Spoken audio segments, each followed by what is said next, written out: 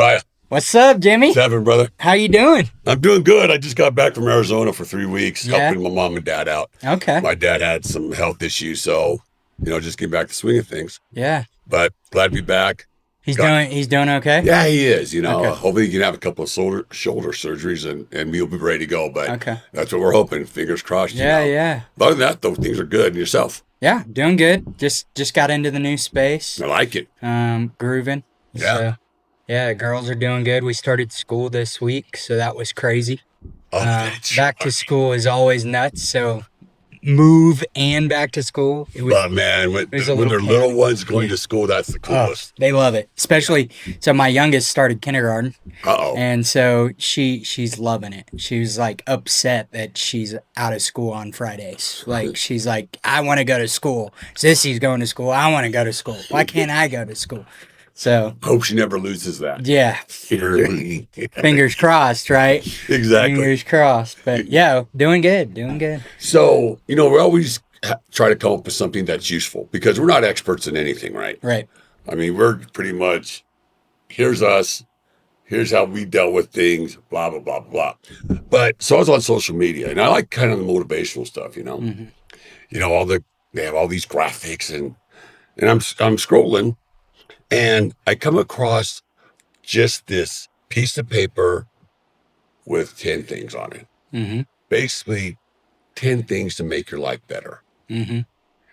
They were short, they were concise, and they were to the point. Mm-hmm. And what I liked about it, there was no freaking fluff. Mm-hmm. Like, I'm a mortgage guy, right? Mm-hmm. So when I go on Facebook, all of these guys can tell me how to make $1 million in the mortgage business when so many people have been suffering because of the interest rates, right? Right. So I looked at this, I said, man, this is a great, clean way to kind of talk about life again, as we always do. And between the two of us, we got so much going on that I think maybe we can help somebody, even if they take away like one rule, right? Yeah, So- for sure. I like it. Yeah. So, so one of the first things I want to start off with is the first thing it said was lift weights, Uh-huh. right? Yeah. I don't know if you lift weights. Do you lift weights? Yeah, I lift some weights. I used to a lot more regularly back in the day. Oh, didn't we all? Yeah. Strength and conditioning, it was a course that I had to take in high school, Right. But yeah, I don't work out near as much as I want to. But one thing that I do is even on my walks, right? Right. I have a weighted vest. That's good. It's like 20 pounds, Yeah. that sucker's heavy. And so anything that I'm doing in, Colorado, it's always up and down, Right. and so having that weight on you like that definitely helps. But I've also got an apartment gym and, I'll throw some curls up and do some presses. And But did you stuff like notice that. they didn't say aerobic? Did you notice that? It's true. They said weights. Weights. Because for some reason, and I'm, don't give me in the physiology of all this stuff because I'll say something wrong. But just the fact that muscle building, that working of the muscles is so much better than, let's say, jumping around the gym doing aerobic exercise first, even though they're both good, Yeah. right? But they've said that strength training, especially as you get older, just makes your body stronger, keeps all your joints together better. It keeps everything really more dynamic as you move and get older. And yeah, you can run all you want, but you're only using pretty much your legs. But if you do complete weight training, then that makes your whole body strong. Yeah. And so I like to do a little bit of lifting with my cycling, Yeah. because it can't be all legs. Right. So I say lift weights, right? Do weights and then add cardio in there for the heart also. So Yeah. that's the first one that I like because it's just really slick and to the point. Yeah. Yeah. That's a good one for sure. The second one is eat real foods. What does that mean? Yeah, I think for me, like real foods is going to be, something that's growing out of the ground, not Right. this processed stuff or an animal. I'm not against eating meat. I love meat. I'll eat me some cow. Yeah. And so, eating not a ton of red meat, supplementing with like some chicken and some fish, getting your veggies, getting those natural vitamins, fruits, not a whole lot of fruit, but some fruit, I think to me, that's eating real food. Right. That's something that's growing, something that's natural. It's not, in some chemical lab somewhere and they're trying to make it all happen. Right. It's not one of those things where it's just a quick meal you throw in the microwave. Mm-hmm. Even though they say this is healthy, well, if you look at all the ingredients, Right. they have to have some ingredients to keep it the way it is. Yeah. I remember growing up, my mom always made dinner every night for us, Mm-hmm. and there was nothing processed. Yeah. But we're talking back in the, Right. 60s. They didn't have the technology they have Right. today. Yeah. And so when I look at that, that is probably about as close as I get to real food. Right. Like, because you can go to the grocery store, get your fresh meat, get your fresh vegetables, on and on, Yeah. But one thing that is good that has really evolved is frozen vegetables, Mm-hmm. because when they cut them, they flash freeze them, Mm-hmm. right? So they keep a lot of their own nutrients and density. Mm-hmm. And that's still a good thing that I throw in frozen vegetables all the time. Mm-hmm. But when it comes like to meat and lettuce and tomatoes and all that, I like all that fresh stuff. Yeah. If I could, I'd eat a salad every night with Yeah. with a protein on top. Yeah. That's how boring I am when it comes to cooking. That's good. I'm not that exciting. That's good. And the third one was face your fears. Mm. And that's one that I think everybody does daily, Mm. right? Yeah. I saw these 4 words about facing your fears. Always do it anyway, Mm. right? Because we both are in the business where we have to go out and meet people and promote people and have them trust us Yeah. to do their endeavors. And that's a scary thing, Yeah. right? For sure. I mean, you talk to any salespeople, they say, oh, I have no problem meeting people. Once you step out of that car for the first time, there's nerves, Yeah. right? For sure. Now you get better as you go on, but it's just one of those things that over practice, Mm. it gets better, but you still have them every time. Yeah. What do you do about facing your fears? Well, fear for me is definitely an acronym. Fear, false evidence appearing real. I think I've Yes. mentioned it before on your podcast. And, in society these days, everything is ran by fear. Yes. Politically, economically, how we eat, right? Yeah. Like everything. Oh, your kids aren't going to the right school, yada, yada, yada. Everything is fear driven and fear based. And so fear, false evidence appearing real is how I view it. A lot of times we get in our own head because of the news, because of a friend telling us something or something like that. And we just dwell on it and we paralyze ourselves from making the move that we need to move. We need to make. And so for me, facing your fears, yeah, it can be as simple as, what I talked about, just like where are your kids going to school? Right. What are you eating? That can be major fear for people. Right. It's not so much for me anymore, but I think, fear of, what others might think. I think that's a big one. Look at social media. Yeah. Like we've talked about this. Yeah. They're putting a life out there that may not be totally real, right? Because they're afraid of showing the dark side of it.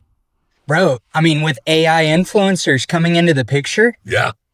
everybody's going to the expectation is going to be perfect. Right.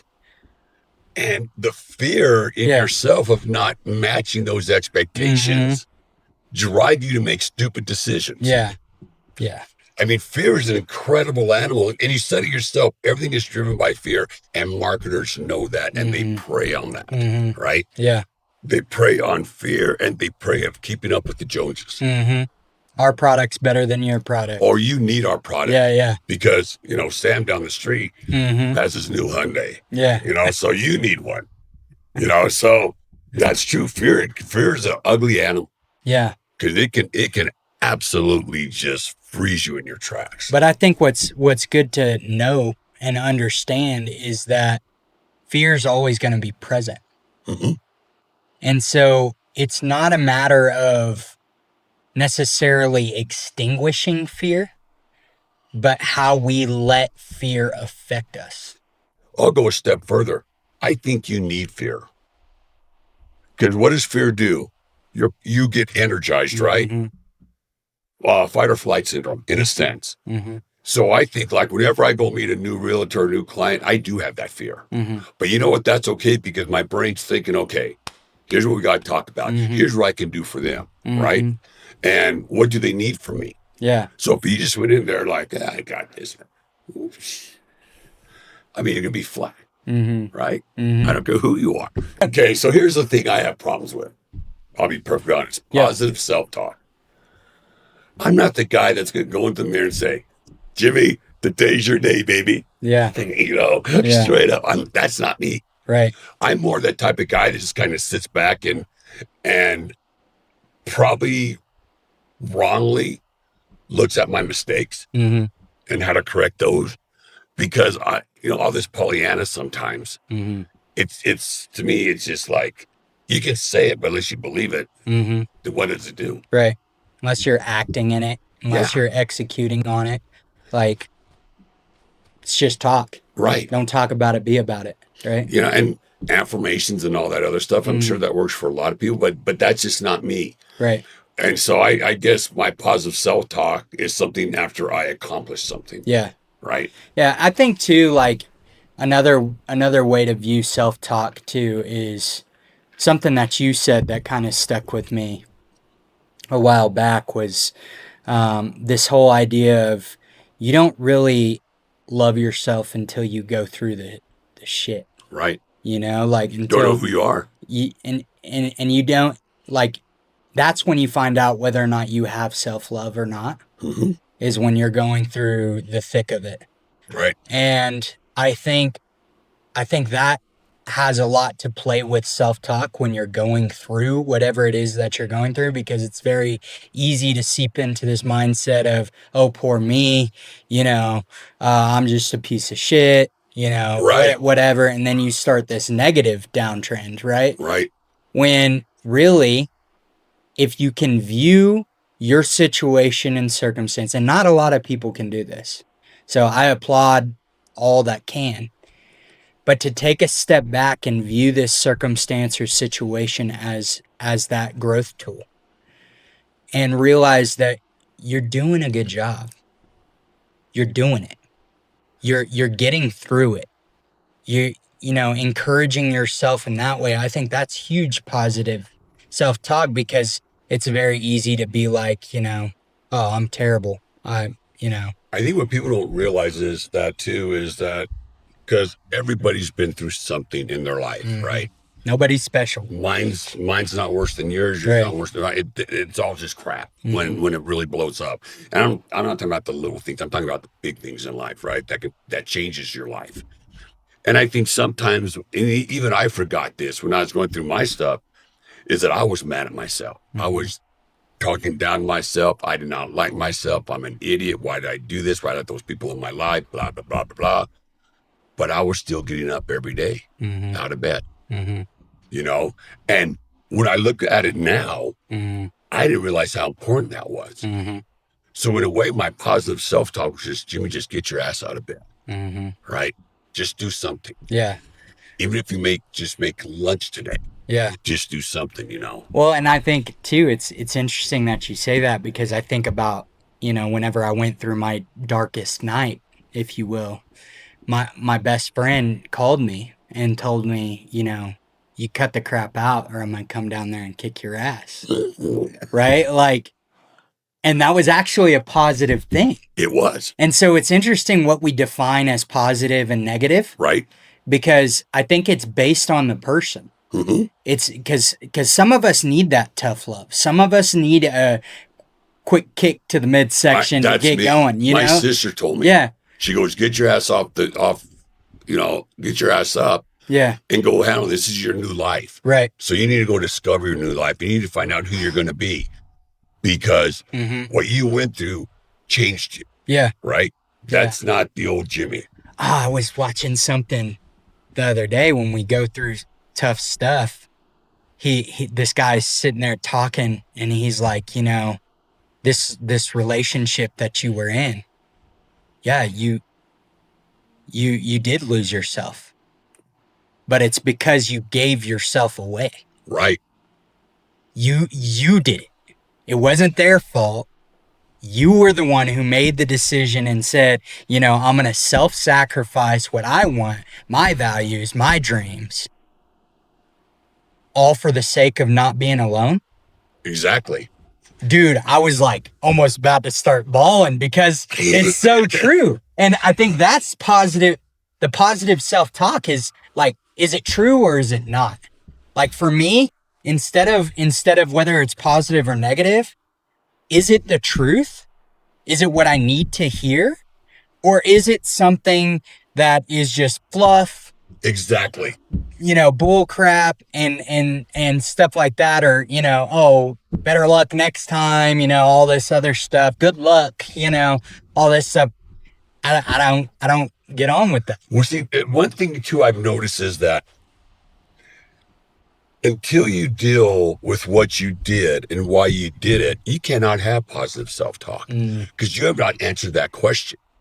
And what I've learned is that there's a lot of reasons that go back years that put me in the situation I put myself into this last 24 months. Right? And so when you screwed up, all the positive self-talk isn't going to help you in my mind until I understand why I did what I did. Now, when I know, now I say, okay, Jimmy, don't do that crap again. Right. You're better than that. Yeah. You're smarter than that now. That's the stuff I believed that I 12 months ago when I was calling myself a piece of crap. I believe that. But saying to myself, but Jimmy, you're fine. Everything's going to be fine. Your whole life just changed, but you're going to be fine. I was like, hell no. Yeah. So I think over time, after something happens, the talk changes, right? Yeah. And I think people that get on that good path and they say, man, I'm going to do this, I'm going to do that, and blah, blah, blah. I believe they're positive self-talk. Yeah. Yeah. Well, and I think what you're talking about there too is just this idea of radical ownership. Like until we own our shit and what we brought to the table to cause all the chaos in whatever situation. It could be a relationship, it could be a business dealing, it could be, I bought that car I shouldn't have bought, it could be anything, right? And so like until we have radical ownership and realize our part that played a role in whatever happened, you're right. I don't think we can get to a place of understanding of this self-talk of like, whether it be positive or negative, truth or untruth, like, because at that point, if we can't take ownership, we're living a lie anyways. Right. Until you understand and come to terms with what you did. Right. I do believe that even the simplest one, like what I was going through, just get out of bed. That is positive self-talk. That is, it's basic. No rah-rah, no hoopla. Just get your ass out of bed. Yeah. And then I think as your confidence grows, your self-talk grows, right? Because you're doing more things that you're supposed to be doing. You're maturing in the process. Yes. So I believe that in positive self-talk, I just can't do fluff self-talk to make me feel better for the day. For all those that can do, good job. Me, I can't. Yeah. Yeah. Okay, number 5, never stop learning. Now, this is really more for me than you because you're a young buck. I don't know, man. I don't know. No, because as you get older, you really have to keep learning to keep the brain going. And when you have a troubled brain like I did, even as a kid, maybe it's all those weekend parties at high school, I don't know. My mom knows about those, so we're good. As you get older, that brain slows down. I forgot the word. So your brain has like 2 colors, gray and blue. And the blue stuff is when the brain starts shutting down. So you have to keep learning stuff, reading, whatever it is. You have to keep your brain energized. Yeah. Right? Yeah. And some people stop learning. I'm not going to learn, blah, blah, but you're learning every day. If you read a book about something, you're learning, right? So to me, that's become more important as I've gotten older. And plus, I'm not the quickest. gun in the shop. Um, so when I look at that, I even think if I would have known now what I knew before about the importance of continual learning, I would have kept doing it. Yeah. So my Yoda words to you, young Skywalker, is never quit. Never quit learning. Yeah. Yeah. I think that's huge. That one, you can be vulnerable enough to share that, because I think you're right. I think, as we progress in years, our body does start to move slower. We can't do the things. And I just freaking moved, and I'm like, oh my gosh, like feeling my body, my legs are like And it's dead. And frustrating. it's like, why do I feel so crappy right now? And in the same vein, like our brain slows down if we're not feeding it properly. Right. If we're not feeding it, one, things to learn, like you're saying, but also playing back to the food piece. Right. If we're The stuffing, exercise piece. dude, if we're stuffing crap in our body, like, yeah, our brain's not going to function as well, And so I'm on the bandwagon, if you will, of growth mindset. Like, I think growth mindset is something that is a lost art. And constant, yeah, we have AI, we have all the tools, we have, a supercomputer in our pocket. Why do we need to know? Well, the second that stuff shuts down, everybody's screwed, right? But also your health, your well-being, like being able to make decisions on your own and not going to Chat GPT and asking Chat GPT or Google what this is. Should I invest in this stock today? Yeah. I need more information. I Chat GPT. Well, I don't have all the information. Well, hell. Yeah. Just freaking read a trading book. Yeah. Yeah. But that whole idea of being able to have executive functioning, being able to make decisions, being able to, grow through whatever circumstance or situation that you're in, a lot of it has to do with the mind. Right. The self-talk that we're talking about, it's up here. Right. Like, everything is in between your ears. Like, the whole conversation, the war that's within is right there, And so, like, it's so important to, constantly be learning and growing and leveling up, because if you're not growing, you're dying. Right. Like it's a slow death. Yeah, you're just a potato. Right. You're sitting on the couch, eating yourself a bag of potato chips, like, it's just, you're not going to progress. At that point, I call it, you're a liability to humanity. Well, here's the crazy thing too, is that my kids, well, I'll find out on the internet. Okay, whatever. My buddy, he has two girls that just graduated high school. They were doing a research paper, and they said, "Dad, what's that? What are those set of books?"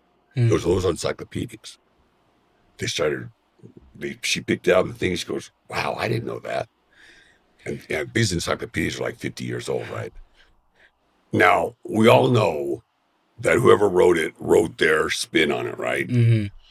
But his point to her was, we had to look at encyclopedias, we had to get books, we had to do all this stuff to write our term papers. It wasn't off this. And you got to be careful with this also, because not everything is true that's on there. Facts. So, I think when we did our research paper, I'm not even going to go, because I know I'm going to get hit with all these things, right?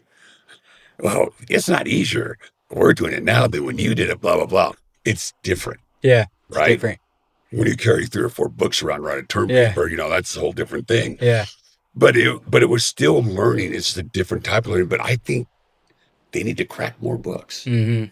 Yeah. I think I think back to whenever I was studying.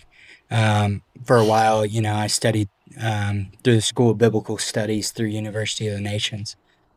And we did this program where it was 5 times through the Bible, front to back, in 9 months, right? That's 66 books, right? And we had to chart the entire book. We had to go Dude, they would deeper. have kicked me out after 2 weeks. You got to go deeper in observation and all this stuff. And so here's the kicker. Here's the real kicker of it all. We could not use commentary.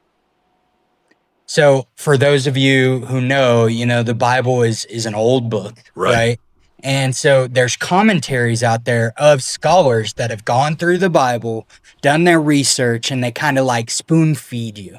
Right. It's this almost secondhand knowledge. They viewed it through their lens and they wrote about it, and this is what they wrote. Right. You can take it for what it is, or you can, yeah. And so we had to come to our own conclusion on everything. Therefore, all commentaries, we couldn't use them. And so we had to use encyclopedias. We had to use dictionaries. And it was so frustrating sometimes because you're looking at this certain topic or you're looking at this word in Hebrew or Greek and you're like banging your head up against the wall trying to figure out, some sort of conclusion to what it is. You want to observe it because it has meaning. You can feel it, but you're struggling to find a handle. And, it would have been real easy to just jump over to commentaries and be like, oh, they did the work, And I compare that to ChatGPT today. Yeah. Right? It's a commentary. Right. It's secondhand knowledge. It's not brand new information. But it goes back. It's recycled. Like you're saying, ChatGPT is only as good as what the question you give it. Mm-hmm. So if you leave some leeway in there, right? It'll sell you short. Right. It'll give you only this much. So what you're doing is you're taking the exact question out of the Bible, and now you're doing the ChatGPT on it. Right. You are ChatGPT. Right. You have to figure it out yourself. You have to come to your own conclusion. And dude, I still to this day, I will never study the Bible like that ever again because it was insane to go through the Bible 5 times in 9 months. But I'll tell you right now, it laid the foundation for my entire life. Oh, I imagine. Like now you can't be afraid to do the work because you've done it. You know what it takes to actually get there and go through the process. And, I whatever it is that you're trying to be successful in, like mortgage, media, whatever it is, do the flipping work. Don't sell yourself short on ChatGPT and all these things. Like, find out the whole definition. Don't just take the little snippet. Well, I've watched you on ChatGPT when we're running through stuff, and it'll come up to, and then you dig even more. And a lot of people will just quit after that first question, right? And go back to your school. If I had read the Bible 6 times in 9 months or whatever it was, I would have been on academic probation. They would ask me to leave, or they would have got me a Bible with really big words and pictures. So Jimmy, can you do this for us? Yeah. No, so yeah, I think as long as we keep learning, keep our brains firing, then I think in the long run, everything works together. The body and the mind work together. Yeah. And if we keep doing that in the first 5 things, I think then we're setting ourselves up right. And you're never too late to start those. And then we'll get to the last 5, and then I got a bonus one for you. Okay. That wasn't on the list. Ooh. Let's talk mortgages. Okay. Yeah, what's the market doing, Jimmy? So, housing. I read an interesting thing in housing in Colorado Springs. The average home is staying on the market for 93 days. What do you think $1 million homes are doing? Double, maybe triple. 94 days. 94? Yes. Really? Yes. So they're hanging right there with the average price point. Yes. Wow. I said the same thing. I think maybe there was a 2 or 3 day difference, but I know they're in the 90s. But I know that because I thought the same thing, right? $1 million homes way out there. Easy. Because it's a smaller crowd, but maybe, and so to the point, the people with that kind of money are going to buy the interest rate isn't going to freaking bug them anyways. No. Like, they're paying cash.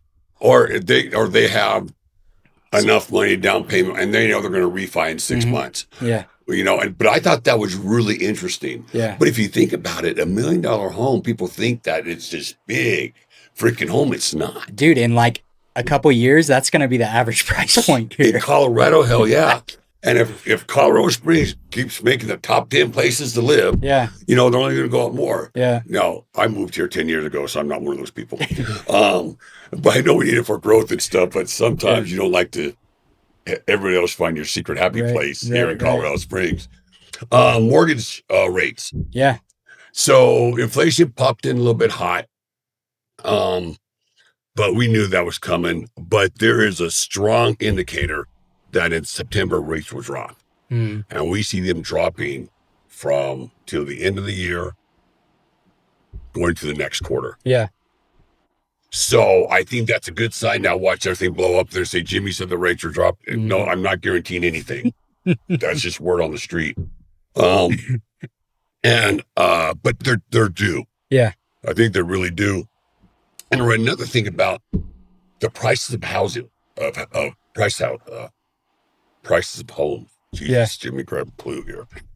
My brain's going too fast. You got the Bible thing in me. I'm already screwed up with that. Is that they, for the next 4 or 5 years, the home values will keep continuing to be. Oh, yeah, for sure. Because there's not a lot of new stuff coming in. Right. Like we're not building a lot of stuff because, labor's an issue. Except apartments. Yeah. God, dang. Well, you know what? If you are a contractor, put as many apartments as you can because people can't afford a lot of homes right now. Right. And there's not a lot of homes on the market. Yeah. And let's be honest, man. Like you said, your place here, you have a little gym and all that. Yeah. It's kind of dope. Yeah. I mean, it really is. Yeah. And it's not like when I was growing up in college and living in an apartment, that was just like, 2 bedrooms, a bathroom, tiny ass kitchen and a small room where all the beer bottles were. They're a lot nicer now. Yeah. A little luxury-esque. Yeah. So, but I think in time that will come back around because the baby boomers, once I think I'm very in baby boomer. So I'm maybe talking about my peeps. Is that when they start dying off, there's going to be a lot of homes on the market, right? And so that's going to help fill some of that gap. Yeah. So anyway, that's it with good to know. The mortgage business, but we're looking for brighter days ahead of us. Yeah. And hopefully that will happen here in the next, because I know a lot of people are relief, and not just interest rates for mortgages, but for credit cards, everything. cars, all that other stuff. Yeah. Okay, this is the one that I struggle with. And it's not reading the Bible every night. It's prioritizing your sleep. I am the worst sleeper in the world. My brain goes 100 miles an hour all the time. And everything that you read is like and everybody says you need 8 hours. No, you don't. Everybody's body is different. Some people are good on 6, some are on 8, some are on 9. So I think trying to find that happy place where you are is the hardest. But I think on top of that is shutting down all the noise in your head. How do you do that? How do you shut down? Because I agree with you. I'm in the same boat. Like the last couple weeks, just because of circumstances and situations, I've been running off like 2 hours of sleep a night, But how do you shut down the thoughts and shut down to be?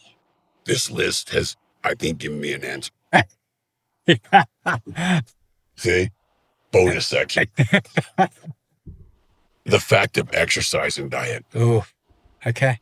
Right? Yeah. Because when the body's tired, the mind's tired. Right? Yeah. If the body's not tired, the mind will keep working. And I think that I'm not doing enough physically. Yeah. That's why I think I'm up. I tend to not drink. If I drink caffeine in the afternoon, that keeps me up. I drink green tea a lot because caffeine's a lot less in it, and it's supposed to be a healthier drink. So thank you, green tea makers across the world, for supplying me with your green tea. So I think that's the key for me. And I think maybe that's key for a lot of people. Yeah. Is that we don't exhaust our bodies. We work, and unless you're a labor guy working in a factory, something like that, where your body's going all the time. But if you're sitting behind a desk all day, you know, yeah, you may go up and get some coffee or walk out for lunch, but that's not like the guy that we see at construction crews on the roads. And somebody breaking pavement. Yeah. You know, stuff like that. So I got a story for you. Yeah. So when I got out of college the second time, I graduated twice. Not that I flunked I do.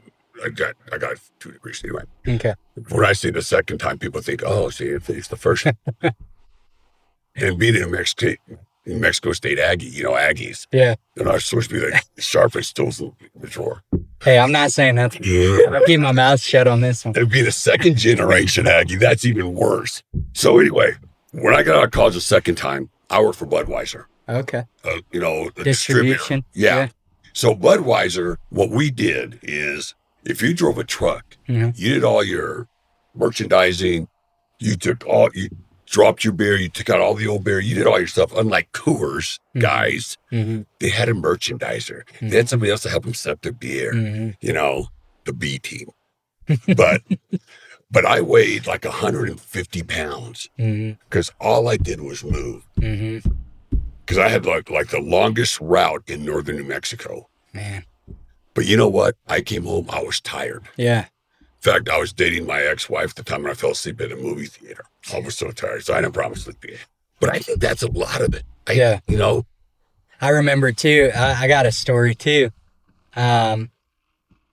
Before I was a missionary, I was working with a buddy of mine, and we built rock waterfall swimming pool and hand-laid flagstone.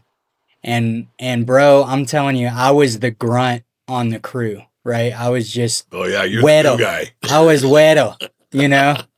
Weddle, go get this. Weddle, go get that, you know? I was the guy, and they would run circles around me, man. And I would mix concrete. I would haul rock.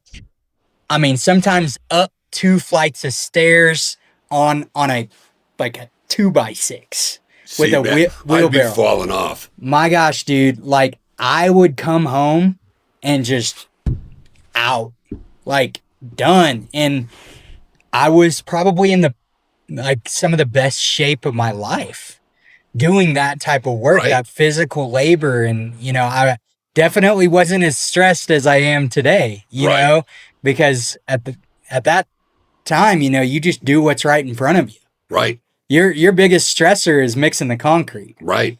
Exactly. And if you don't want, guys have what they have. Yeah, and if you don't want to do it, you're not getting paid. Right. Like you're gonna go, then you got some real stress. Or if you're running late all the time, you're not gonna get paid. Exactly. And so like all that to say, like I was just like, I just remember those days, and I would be exhausted, but man, did I sleep. Yeah. Like nobody's business. And you know what? When I learned after Budweiser, was there's a whole new respect for those type of people. Oh yeah, for sure. Right? For sure. Like I can't imagine moving rock like you did. No, right? it was crazy. I just moved beer. Yeah. You know. I mean, it's similar. It's wheeling beer. Oh wait, that's the Coors guys. Sorry. Hey. This is back in the 80s, man, when Budweiser did their own thing. Yeah. So I got a quick story of Budweiser. Yeah. So I was on the job for like, I don't know, a month or so. And what they do is I was in central Albuquerque, the poor part of Albuquerque. And you know that's where most big liquor stores are in the poor parts of town. Mm-hmm. So I'm wheeling off a pallet of Budweiser. And I take the turn too sharp and the pallet goes. Beer's shooting everywhere. And all the guys from the employees come running out. And I said, man, I'm sorry, I'll pick it up. Then they start picking it up. And I go, what's going on? They go, Jimmy, if we leave the beers, these guys will come out of the cracks to grab this beer and run off. Mm. And I thought, it's like, but to watch all that beer shoot up, you know, and my supervisor boss was going, oh, crap, rookie. We got a rookie here. Yeah. But that job was okay because I worked hard and I learned because I always worked, mowed yards and all that stuff, but that's a whole different type of physical work. Yeah. For You sure. know? But 150, lean. Yeah. Lean 150. Lean machine. Your screen time. This is a major issue, bro. Not just for the young ones, more for the adults. Yeah. I mean, nowadays you're seeing people recluse into their rooms and just turn on a screen. Yeah. And stare at it. Yeah. You know, like people like me who work in media, dude, I'm behind a screen all day. Yeah. All day. And then your work requires you to know what's going on. Right. And then I want to veg out. So what do? Screen. You know, like screens are like everything. I mean, there's a screen right here. Yeah. Oh, look at that. Look at that good looking guy. I don't know who that guy is, but man, all that to say, like, screens have become a part of society. Like you look at Times Square. City streets full of screens. Yeah. Full of screens, you know, like, and that light, the intrusive behavior that light has, especially if it's blue light, right, and not yellow light, it only creates your mind to keep going. To keep. Yeah, it's fuel for your mind to keep driving. It's an escape too. Yeah, absolutely. Like before the screens, you know, TV was the escape, right? Mm-hmm. But there was so much more communication. Like I see when I go and my family all gets together and we all have our screens, how it kind of shuts down some communication, right? Yeah. As compared to when we were growing up. And absolutely. You know, and I guess they say that really the worst screen time is like an hour before bed. Yeah.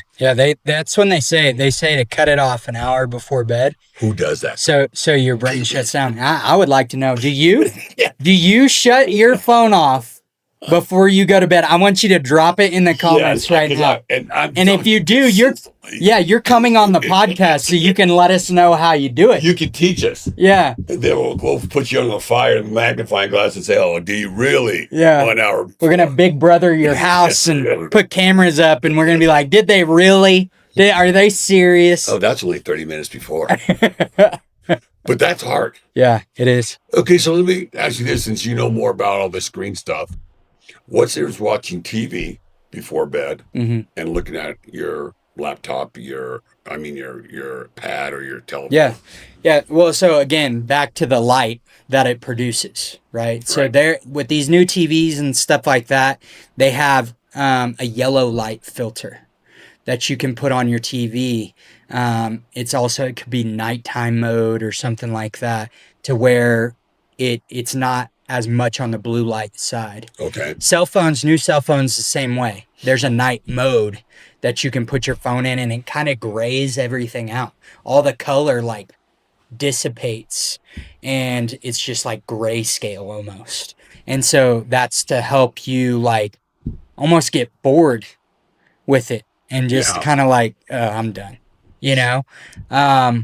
Because those bright LED colors, the OLED screens now and all this stuff, like it's just like we see it and it goes directly into our brain and just starts like shaking it.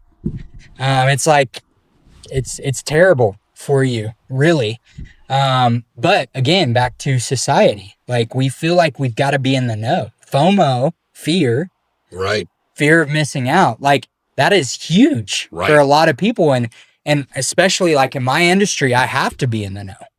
Right. Like I can't not study that all the time. I can't not be in the know. I have to be seeing the new features, and like Instagram just released the new maps feature. So you can share your location whenever you post somewhere, somebody can see on the map where you're at and tap on it and see it. And so some people, that's like major privacy, but you can turn that off. Don't worry. It's not default. Wow. So all that to say, like, there's new features constantly. I remember when Instagram Threads first came out. Right. And I was able to get on there 2 weeks before it was released to the public and just play around and beta test and stuff like that and figure out what works and what doesn't. Now, Instagram Threads is like it's its own platform now. There's over 400 million people on Instagram Threads. I don't get it. Yeah, it's like a Twitter. It's like a we're gonna do better than Twitter Okay. type deal. Twitter too. Yeah, exactly. And so, or X. Sorry, X. X. Let me get the marketing correct. X. Don't worry, we'll take that out.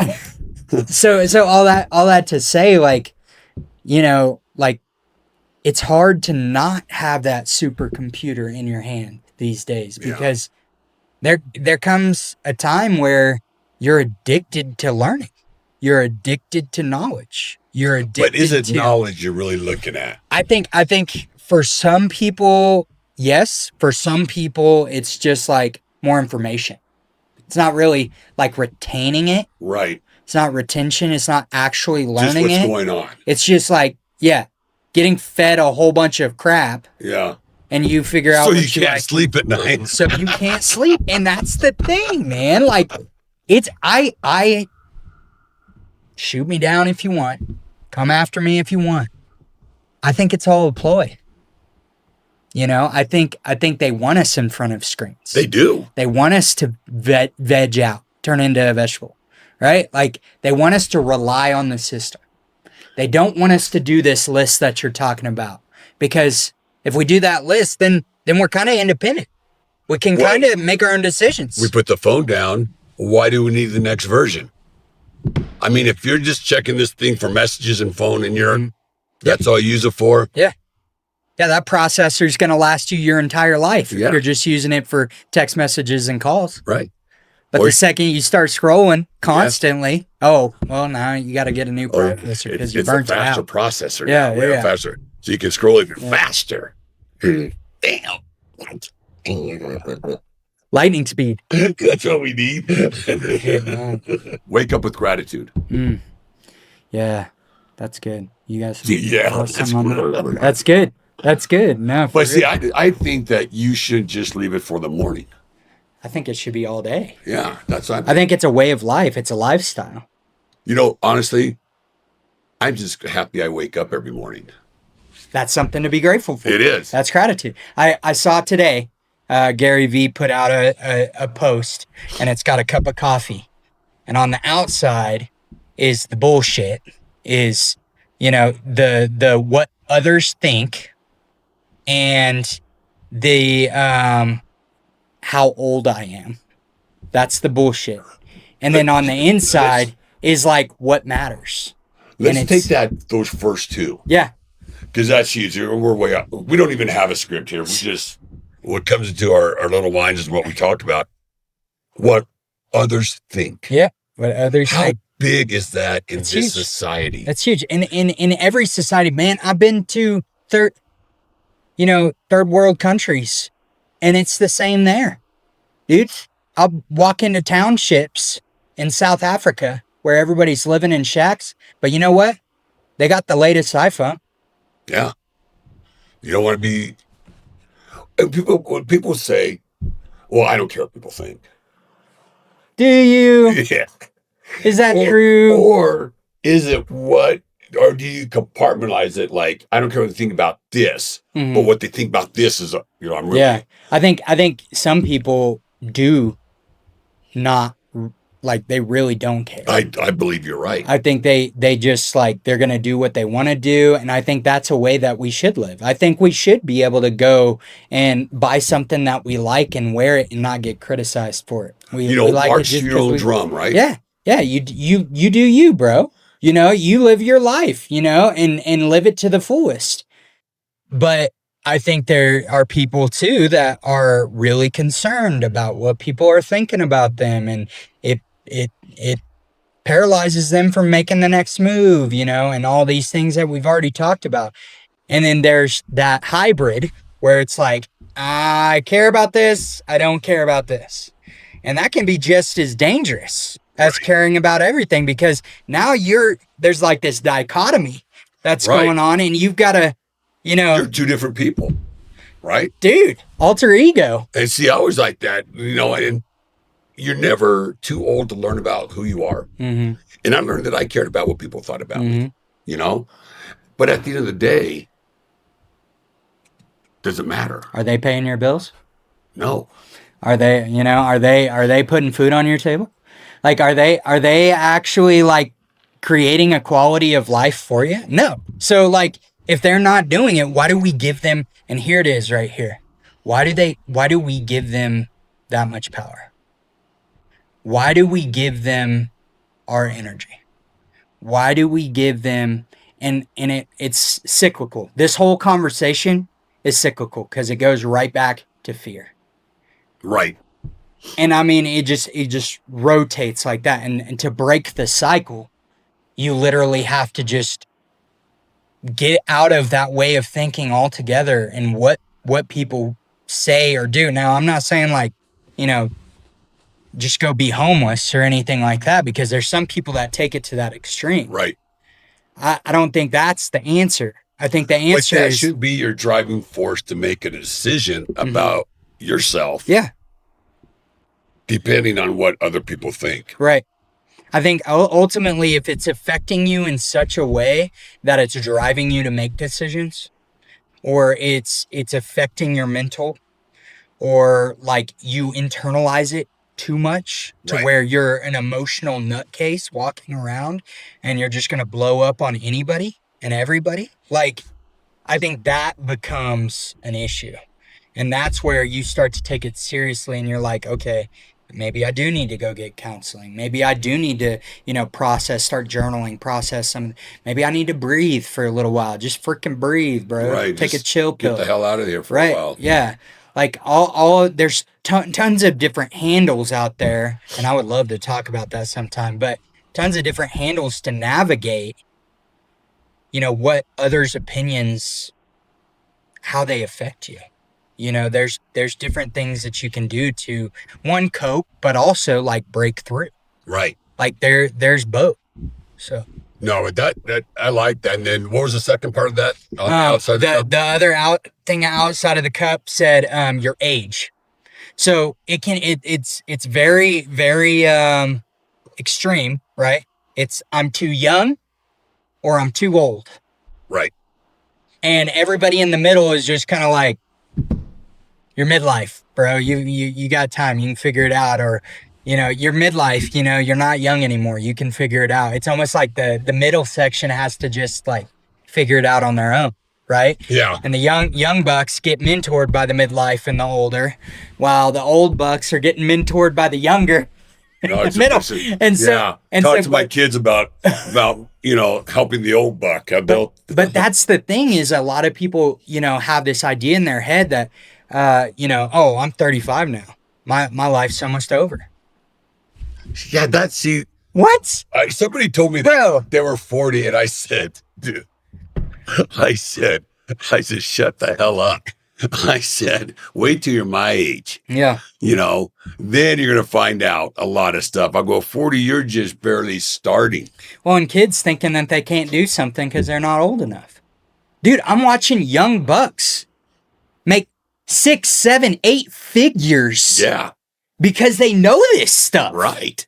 And they can do it and they can implement it. And I'm like, holy crap. Yeah. Like, I thought I was good at implementation. No, I got something to learn from these young bucks. They can teach me. And then the older generation saying, oh, I'm too old. It's that ship has sailed, which is bull crap, because I think the older generation right now, especially in the society that we're living in today. They call it special. Dude, there's a thing or two that we can learn. Right. And I think, and we thought about keep learning. Mm-hmm. I think that's where the 60 on up, that's where they begin to slow down because they quit learning. Because my parents, they quit learning. They didn't, they just retired and blah, blah, blah. And I think that's one thing, as we found out, all this is so interconnected, is that we need to keep learning, right? And even when you're young, you got to keep learning. And I think that's what technology has taught us, is that you always have to keep learning if you want to stay using technology, right? And I will never use it like you use it. I'll just get in trouble with it, so, but that, those are 2 points that when you said on the coffee cup, that just started my alarms going off. And what was the inside? And then everything inside of the cup were the things that matter, waking up and being grateful for breath. Right. That you even woke up. right? Like your family, Right. like what you do. Like, do you do what you love? You know, things like that. Like those are the things inside the coffee cup that actually matter. And the thing outside the coffee cup, who gives a rip, dude? No, It's not paying your bills. It's not bettering your life. It's not any of those things. So why even focus on it? Why even give it the time of day? and I think people that enjoy their jobs, love their jobs, is they're going to have crappy days, and they know that. Mm-hmm. They work through it, but they know, man, I still love this job. Yeah. Right. Yeah. And people that hate their jobs, everything's an issue. Mm-hmm. Right. Mm-hmm. You know, the guy didn't dump like garbage. He must not like me. You know, everything's an issue. Mm-hmm. So loving your job is not be like, oh, it's going to be, you know, Pollyanna day every day. It's going to be like you're going to have bad days and good days. Yeah. But do you still get up out of bed to go do your job, and you're happy to go do your job, right? Well, and I think what seeps in too, and a lot of people aren't even talking about this, but entitlement. Like you get into your position and you get to a place where you're successful. I'm kind of here right now, like to be honest with you. You get to this place where you're successful, you've seen it work, and then you kind of just expect it to keep working like that, even though you're not doing the work to grow, Right. to jump on to the You get next comfortable. boat. Right. Entitlement, comfortability, call it whatever you want. Like, I think when that stuff starts seeping in, if you don't freaking like dam that up and keep it from coming in, bro, you're gonna be out of that job. You're gonna be like in a bad situation, a bad place, because the second we think we have it all together, or we've arrived, right? We've made it. That's when everything. I'll tell you something about arriving. Yeah. You can arrive, but you can also step off the cliff right the next step too. Yeah. But I think that's very important is the fact that just challenging yourself every day, right? Yeah. And I think as you get older, you kind of lose that. Like when you're 25, you know, you're Grinding. Yeah, you're grinding and your hair's on fire and you're doing everything. You're meeting friends, having fun. Then, you know, you have the family thing settle down. And then you get older, and then the way it works now is that you retire and just kind of right. But it's changed. That's changing too. Yeah, absolutely. But I think as long as you keep challenging yourself, and no matter what phase of life you're in, even when you're young, like you talked about those young kids that made, you know, 6-7 figures, they got to keep challenging themselves. Yep. Because there's a lot of life to live, and you know, because things change, as we all know. Yes, they do. But yeah, I think gratitude is one of those things that it's not like you wake up with a list, you know, because I tried that. Yeah. Tell us 5 things you're grateful for. Yeah. No, I think it's just one thing. Just start with one thing. One thing. What can you be grateful for? Yeah, you can be grateful that you have breath in your lungs. Yeah, you can be grateful that it's sunny outside or raining if you like rain. Yeah. You know, like you could be grateful that you have a job that you love to do. You could be grateful for a car that you drive. You could be grateful for a cup of coffee that you're drinking. Like it could be anything that you could be. There's so much to be grateful for that I think in our brains we get overwhelmed to even go down the path, and we don't. We think we don't know what to be grateful for because it's got to look a certain way or be a certain way. Right. Because of fear. Well, I think too is because we've gotten used to it. Right. I think being grateful, you think it has to be something spectacular. And it doesn't. No. You can be grateful for anything. You know, you'd be grateful just you can get home and sit down and relax before the kids get home. Yep. Right? Yep. Breathe. So gratitude is one of those things that, and sometimes when you express gratitude, people look at you a little bit weird too. Like, I'm grateful for the bikes I have. Some people would say, who gives a shit about bikes? Yeah. You know, but bikers. Yeah. Different strokes for different folks. Yeah. Number 9, enjoy the present moment. Dude, I am so way beyond it. This is what I'm starting to do at my age.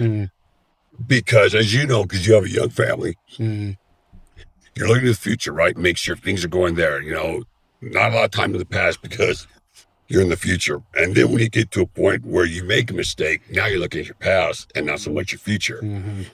But a friend of mine told me there's 3 circles, right? Future, present, past. Where are you when those three circles are together? What circle holds the biggest space? Oh, the present. Not for everybody. Yeah. But it And should. It right there, should. it Yeah. should. Yeah. Because for me, I'm always my big circles are always like future and past. Yeah. Yeah. But you know what happens when you have that? You don't even see the present. Yeah. You're not engaged, Mhm. or you're engaged for a minute Mhm. because your mind is already going here, already going there. You know what? That's one of the greatest skills a person has that I am just so envious of, is they can stay in the present for so long. Mhm. Because I've never been that. Yeah. And I'm told I'm supposed to be doing that now. Our past and our future can seem super big. Right. But really, on the grand scheme of things, like if you actually iron out your entire life, that's birth and death. Right. And you're that circle in between. And you're the dash. Yeah, you're the dash. And so how are you living it? You know, how are you actually living, or are you so paranoid about your past and so fearful for the future that you're not actually even in the moment living it out? Yeah, you're not. You're there. Yeah. I think one thing that was said that I really believe in is that future hasn't happened. So what you think in the present doesn't matter. Mm-hmm. Past has happened. Mm-hmm. You can't change that, so that doesn't matter. But trying to focus on the present. Here and now.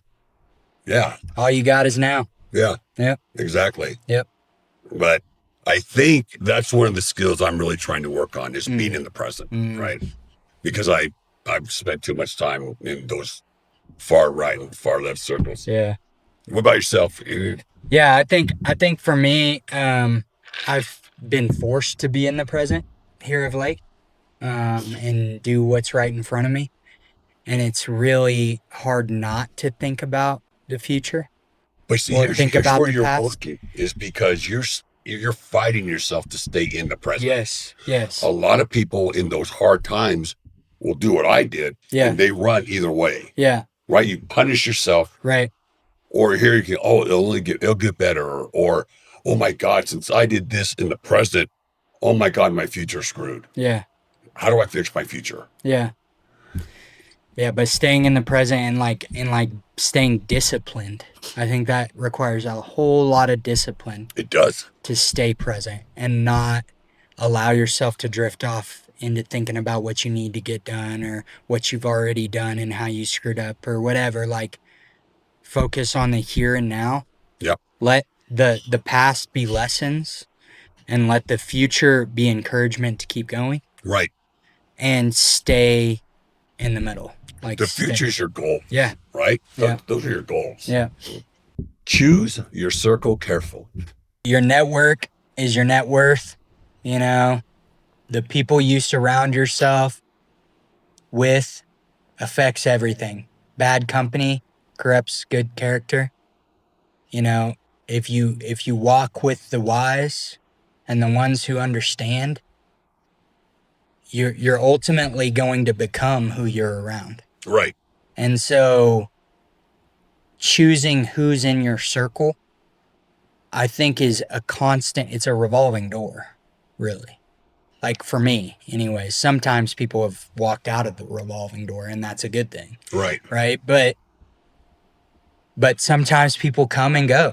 Sometimes, like, I've experienced, like, you know, friends growing up with them, you know, that we were tight. We would skateboard all over town and cause a bunch of havoc, you know, get kicked off of properties and stuff like that. And then they come back into your life later and they teach you something. They say, hey, you know, I went through this. Look at this.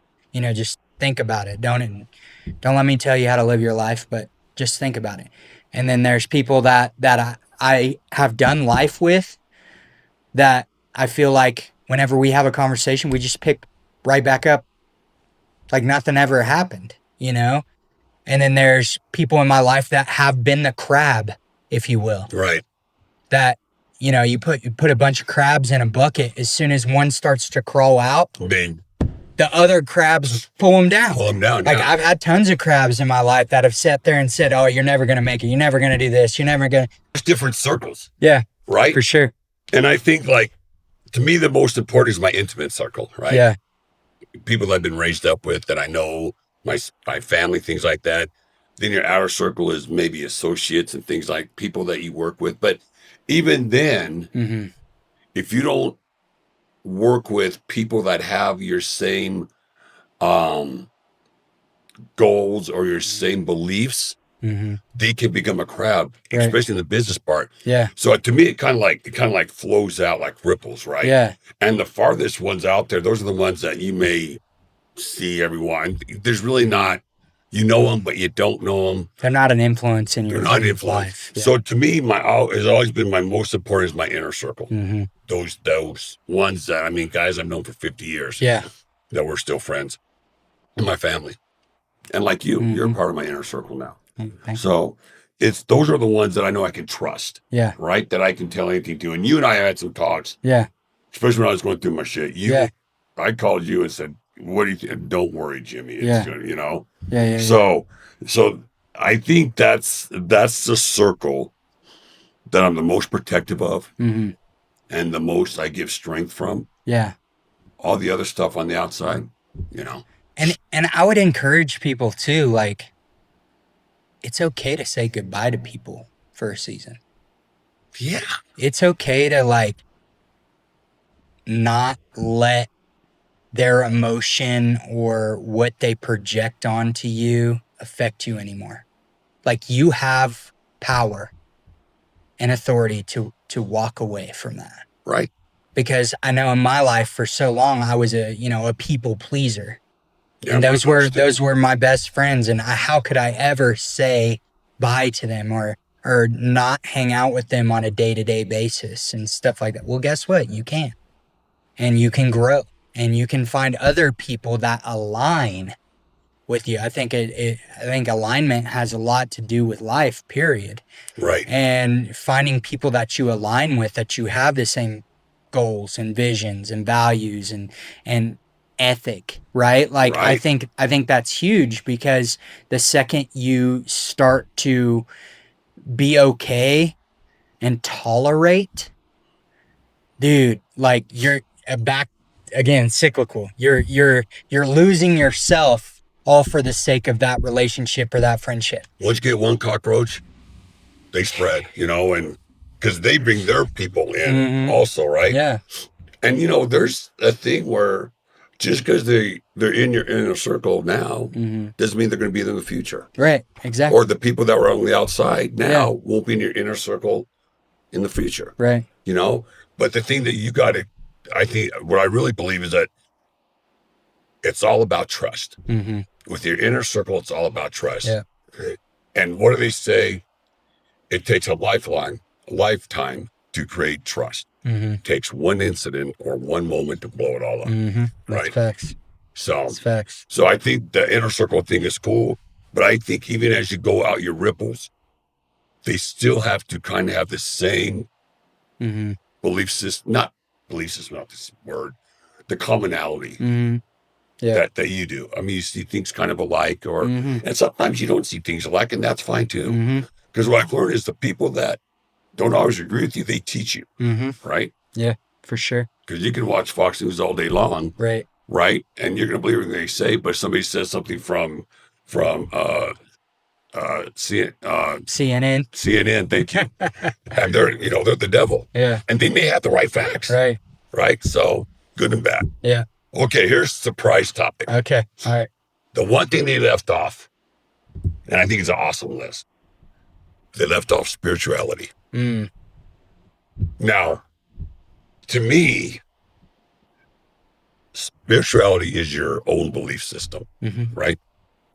And me, I know I'm a Christian, but I don't judge if people are not, Mm-hmm. because that's not my job. Mm-hmm. There's only one guy that judges. Right. But I believe that whatever your spirituality is that you use it And if it's your rock, awesome, Mm-hmm. you know? But I think sometimes that gives people peace Mm-hmm. when other times you can't find peace. Mm-hmm. So all I'm saying here is that if you have it, use it, Mm-hmm. right? Yeah. But I think it's a big part of a lot of people's lives. Mm-hmm. And sometimes people don't like to say it because of what could, People are gonna think. right. Mm-hmm. So I guess a number 11 for me is a whole spirituality thing and what that means to you. Mm-hmm. I was raised Catholic, but I've kind of stepped away just for certain reasons. Mm-hmm. But I might go back, because you never know, right? So like that's my own personal battle, my own personal spirituality thing right now.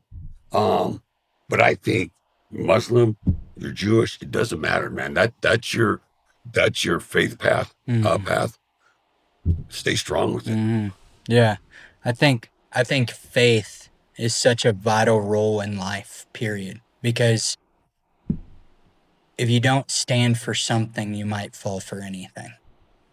Right. I think in each individual person, they have faith in something like you mentioned, right? Right. And it is a grounding. It is a safe haven.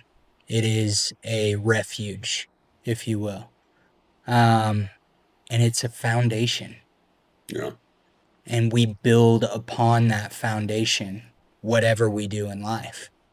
And if we don't have a good foundation, it's cracked out, it's unlevel, whatever, whatever you build on top of that, it's gonna fall. It's not gonna last, Well, even like, and I know this is going to shake the room up. Yeah.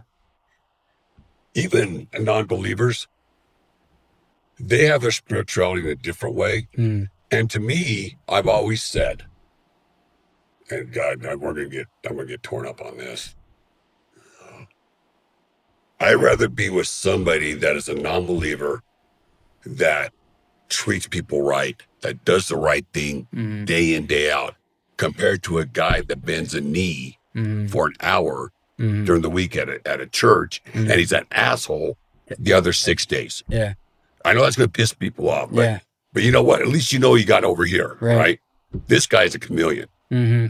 And so, I don't trash, I don't look different or talk different to non-believers because that's their belief. And like I said, who am I to judge?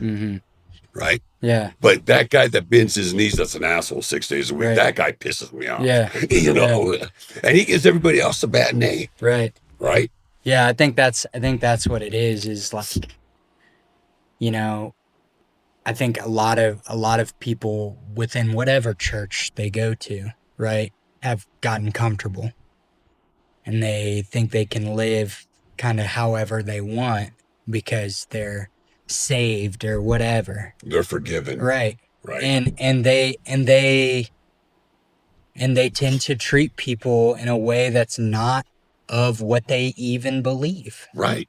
And so, yeah, to your point of, a non-believer or an agnostic or whoever that is at least treating people with kindness and respect. Yes. Like, I feel like that's how we should be living our lives. Regardless, right? And I think there's both and, right? I think there needs to, there's lessons on both sides of the fence that need to be learned from both sides. And I think we just compartmentalize, Right. We assume that because this person is this way, they're bad. Right. Because and we get decisive. Right. They don't believe what I believe, so they're bad. Yeah. Right? And so whenever we get that way and we draw a line and we say, you stand over there and I'm going to stand over here, there's always going to be that spirit of competition, and ultimately that's going to break humanity. Right. Like, I truly believe a lot of the division in the world today is the problem. Right. And the second you get to the core root of division and you realize when we're busted up, we're all bleeding the same. Right. It doesn't matter what we look like or where we came from. Like, we're all humans. Soon as we get back to that and we realize no one's better than the other. And I Like, don't we're want to all bust anybody up anymore. right. Like, once we get to that point, I think that's when we experience this peace that everybody's longing for.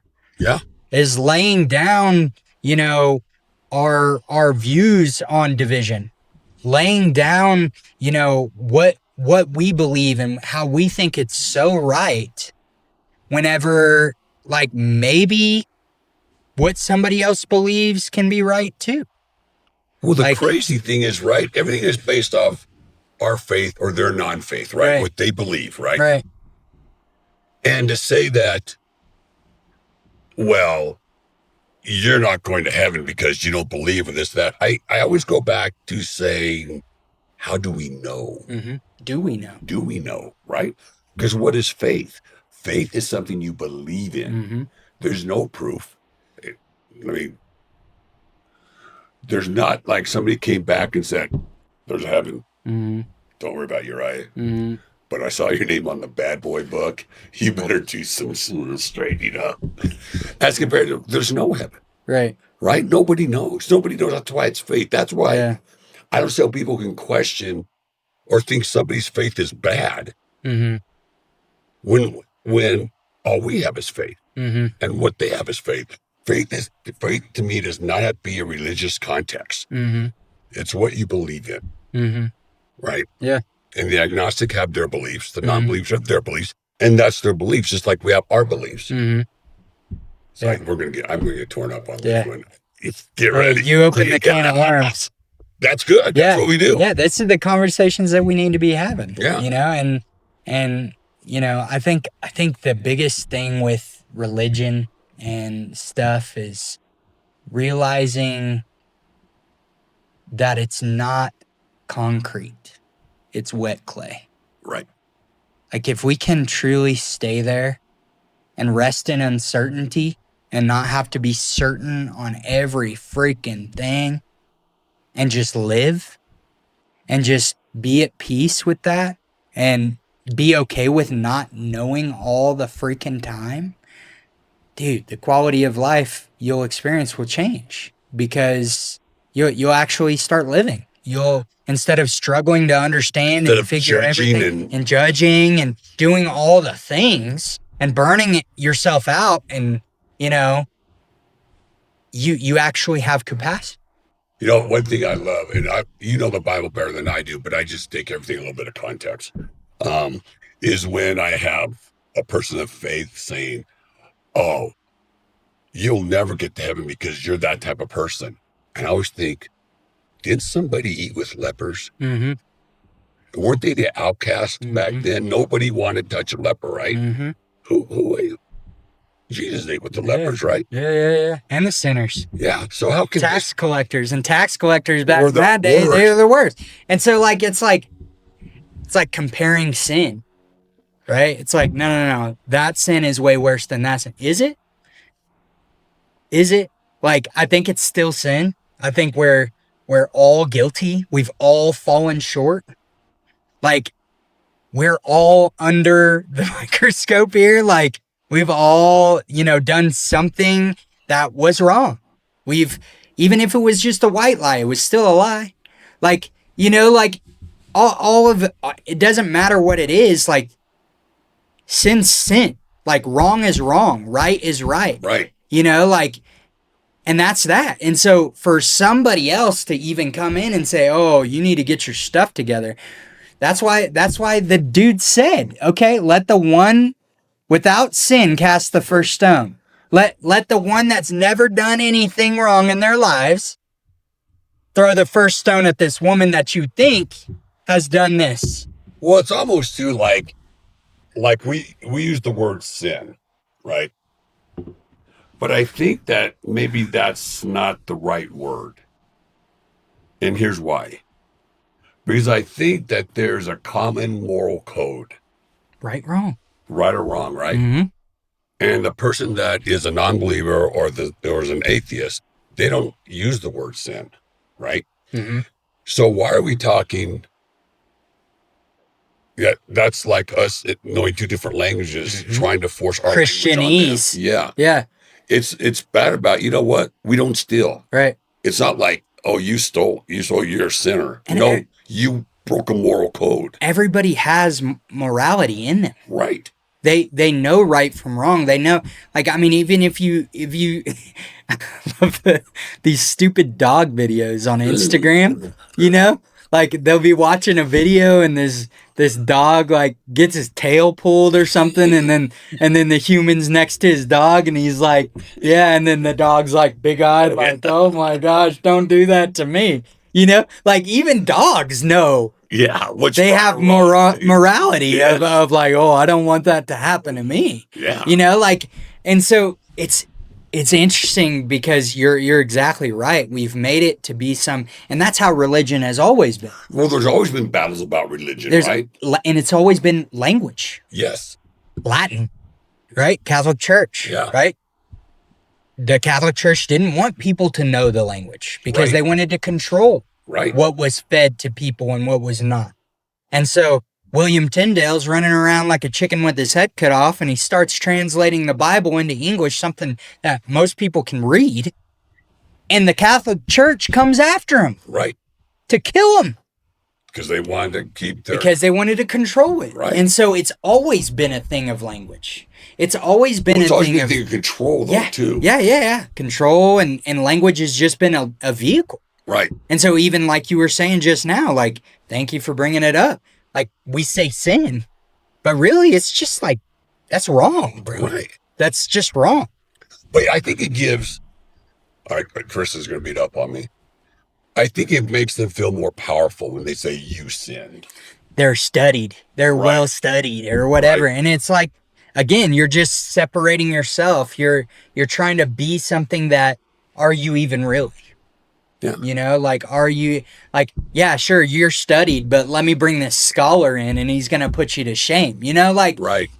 We can play it however you want, but at the end of the day, we're all human. It's what's right and what's wrong. That's what it boils down to every day. It's beautiful. And, you know, if you all didn't know this is unrehearsed. You know, we don't, I have like 10 points I want to talk about today. We're 11. And so we kind of get off the rails every now and then. So thank you for your patience. But this has been good. Yeah, super good. I know I'm going to hear from the Christians. Oh, it's okay. Let it come. Yeah. Let it come. Yeah, you guys have any comments, just drop them and let us know, because we'll learn from you also, right? We already said we're not the experts on everything. Yeah. Believe it or not, we're not. But, you know, thanks for watching.